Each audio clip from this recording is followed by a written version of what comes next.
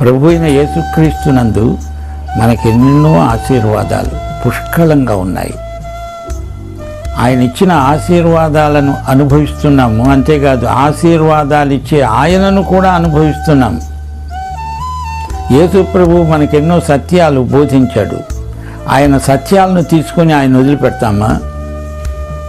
ఆయన బోధించే సత్యాలు ప్లస్ సత్యాలు బోధించిన ఆయన, ఆ మొత్తం మనకు కావాలి. చాలామంది క్రైస్తవులు ఎందుకని బలహీనంగా ఉన్నారంటే ఆయన బోధలను స్వీకరిస్తారు కానీ బోధ చేసిన ఆయనను పక్కన పెట్టేస్తారు. చాలామంది యేసు ప్రభువుకు మేమేమి ప్రతికూలం కాదని చెప్తారు, ఆయన బోధలు మాకు ఇష్టమే అంటారు. కానీ బోధ చేసిన యేసును మీరు ఎక్కడ పెట్టారు?